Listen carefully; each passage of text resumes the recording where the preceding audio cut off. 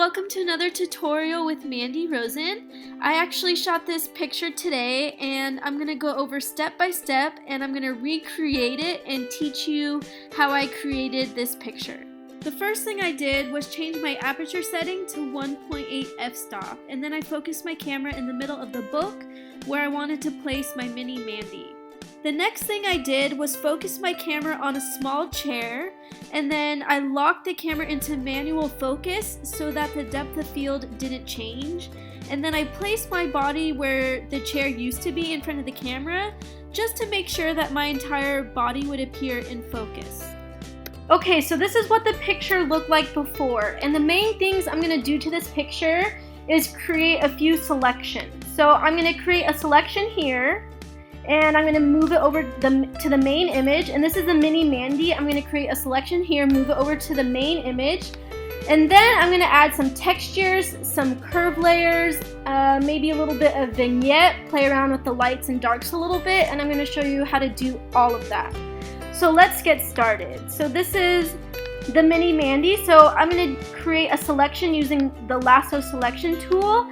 And I'm just going to make a selection. It's not going to be a perfect one, which is okay because we're going to erase away a little bit later.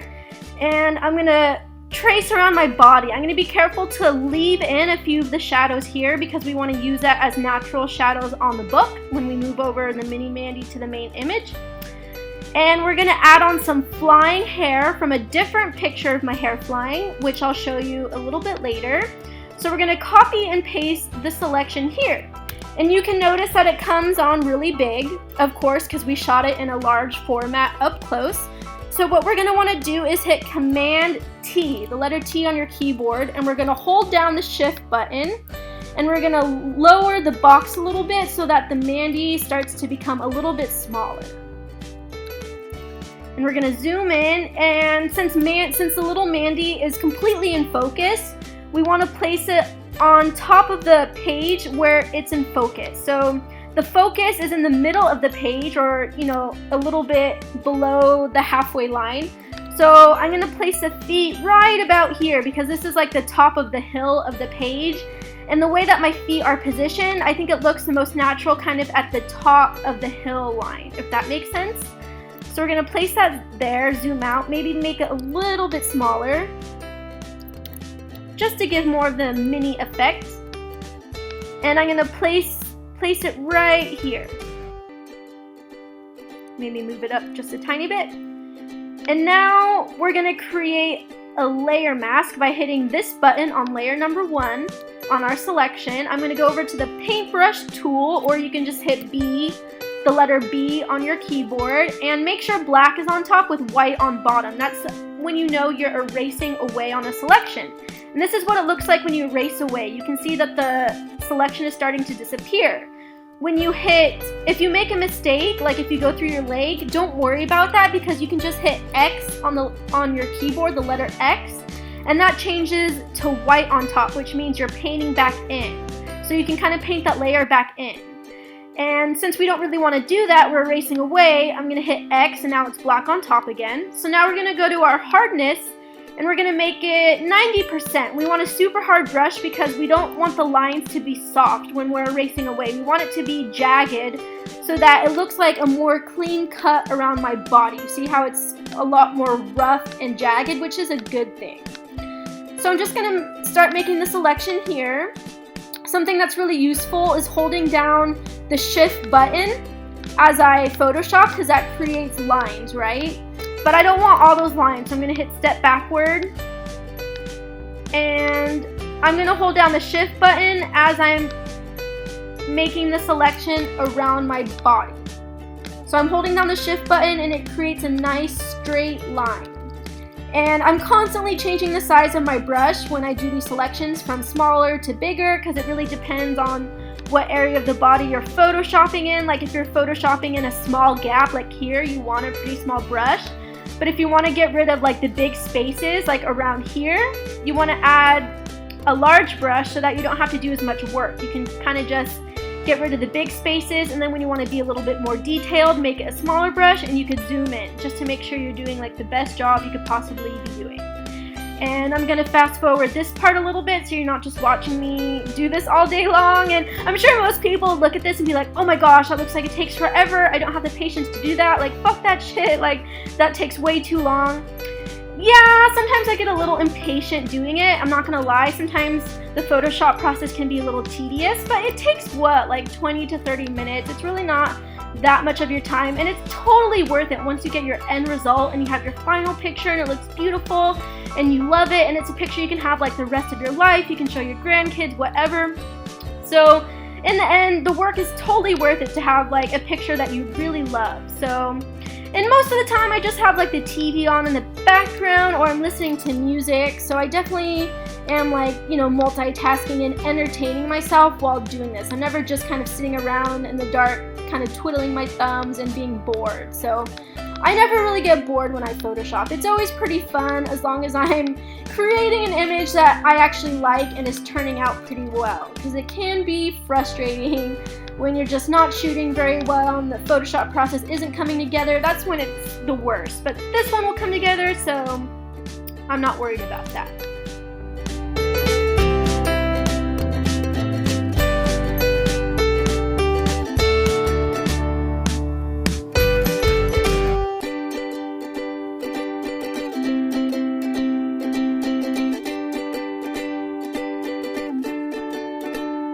You can kind of see how I left a little bit of the shadow underneath the feet because I want it to look, you know, natural, like a natural shadow. But we're also going to add another shadow here in a little bit, which I'll show you how to do. But for now, the next step I'm going to do is I'm going to flatten all the layers, which I know some photographers would tell you not to do, but this is just the way I'm used to doing it. I'm going to duplicate the background layer, and I'm going to go to Filter, Liquify. And what I'm going to do is a little maybe controversial. I do this for my fine art painting type photos. I like to look for little details that I don't like. And most of the time, the answer to what I don't like, how to fix them, is to use a liquify tool. So here's a liquify tool, and what I'm going to do is, you see how my pinky looks a little awkward? It looks like I'm sipping some tea, or like, I don't know, it just looks a little bit weird. So I'm going to push that back in using the liquify tool with a small brush, just so it, you know, goes with my hand a little bit more, because otherwise it's looking a little, I don't know what the word is, but it's looking kind of weird. So we're just going to push that in. Yeah. Not too much. I just have really long fingers, so it's kind of awkward sometimes when I'm like taking pictures of myself. And the next step, I'm gonna make, not that I think I need to be thinner in real life, but I'm gonna make myself a little bit thinner here. And that's because I want my pictures to look like paintings. So I want the contours of the lines to be beautiful and painterly-like and idealistic. You know, I'm an art history major, and something that I learned when studying all the classical painters was they like to make their women pretty much on the thin side, or maybe not on the thin side, but at least curvy. So I like to do that. So I'm also going to make my breasts a little bit bigger. But, you know, I just want to be honest with my Photoshop process. It's not that I think I need bigger breasts. It's just I want the contours of the lines to be beautiful and painterly-like. So that means, you know, giving it more of a curvy look. And this is something I do not just on myself, but also when I photograph models, because even the curviest of models could use like a little bit of, you know, thinner arms in a picture. Not that they need thinner arms, but, you know, it just looks more like a painting, more idealistic, more classical, and that's the kind of look, that's the kind of style I go for. And I don't just use the liquify tool to sort of move things in place, but I also use it on dresses to add more of a flow. I'll use it on hair to add more wind to the hair to kind of make it flow out a little bit. So now I'm going to hit enter, and look at that. So we have our background layer here, and look at the difference. It looks so much better. Maybe I made my breasts a little bit too big, but whatever. I'm just doing a recreation of this picture, so I'm just showing you kind of the different techniques that I use and what my process is like. So now I'm going to merge visible. The next step is to create some flying hair here, and then I'm going to add in the pages here to make it look like the pages are flying. And it's really unfortunate. I looked through my hard drive and I just cannot find the same picture I used for the flying hair in the final picture. You can see the hair here. So I'm sorry I can't show you the picture I used. I just can't find it. And I'm going to use the hair from this picture, and I'm just showing you the process of how I would normally do it. So this flying hair detail came from a picture I shot a year ago in my LA apartment against a white wall. So making the selection of the hair was a lot easier since it was shot against a white wall. You know, there was just white showing through the edges here. So I brought it over to the main image, darkened the selection a little bit, and that made it blend in really easily with my other hair and the background. So I'm just going to cut this out, and I'm just going to show you the process of how to add in the fake hair. And I'm going to move that right here in place. And you can, obviously the colors and the lighting are a little bit different, so I'm going to try and fix that a little bit by creating a layer mask. And I'm going to bring up the curved layer on this layer and maybe brighten that up just a tiny bit and get rid of some of the red. So I'm going to go to the red curve layer and bring down the line so that it becomes a little bit more bluish color, so that it matches in a little bit more. I think this needs to be, yeah, there we go. So I'm bringing this down. Now it looks a little purplish, but whatever, we'll fix it. So I'm just going to mess around with this a little bit just to perfect it as much as I can, so that looks better. So now I'm going to erase away where I don't want the selection to appear by grabbing the paintbrush with black on top, white on the bottom. And I'm just going to erase away at the edges a little bit, and you can watch it kind of blend in. And we'll fix the colors a little bit more in a little bit. I'm going to move on for now. I think that's good. So that's the process of what I would normally do. You can see that's what it looked like before, that's what it looked like after. I'm going to create a shadow using the burn tool. I always think of Ansel Adams when I use the burn tool because he really made it famous in his photographs, how he darkens certain areas to kind of create this contrast. So I'm only going to have the exposure at 8%, which is not going to make it very dark looking, but also notice how I created a background copy. That's so I can create a layer mask and erase away later at the, at the parts where I don't want the burn tool to show through if I don't like the changes that I made. So I'm going to make this bigger, and I'm going to kind of make the shape of the shadow going up, because that's where the shadow would appear, the way that the light is hitting my face and body.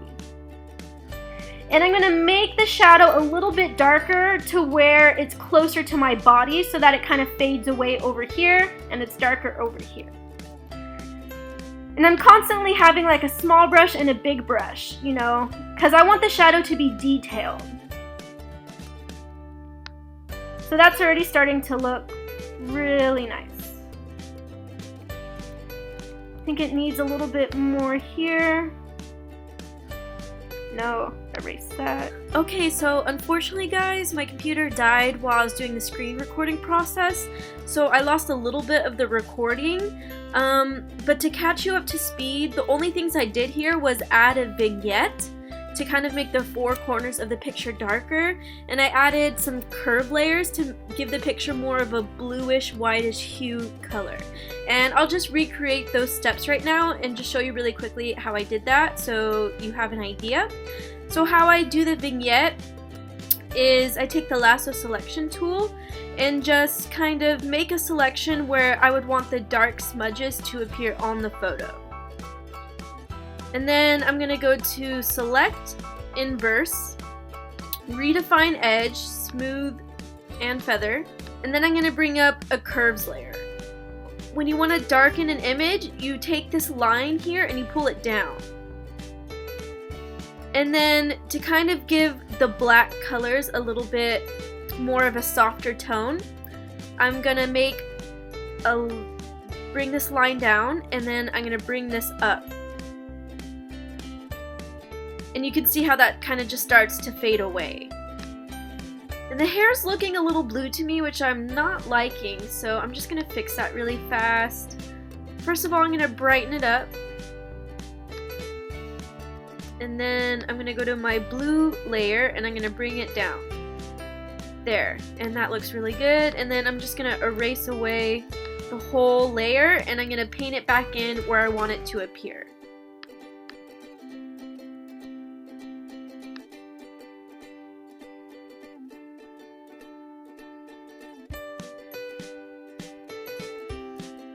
And you can kind of see the before and after on that one, so that looks a lot better.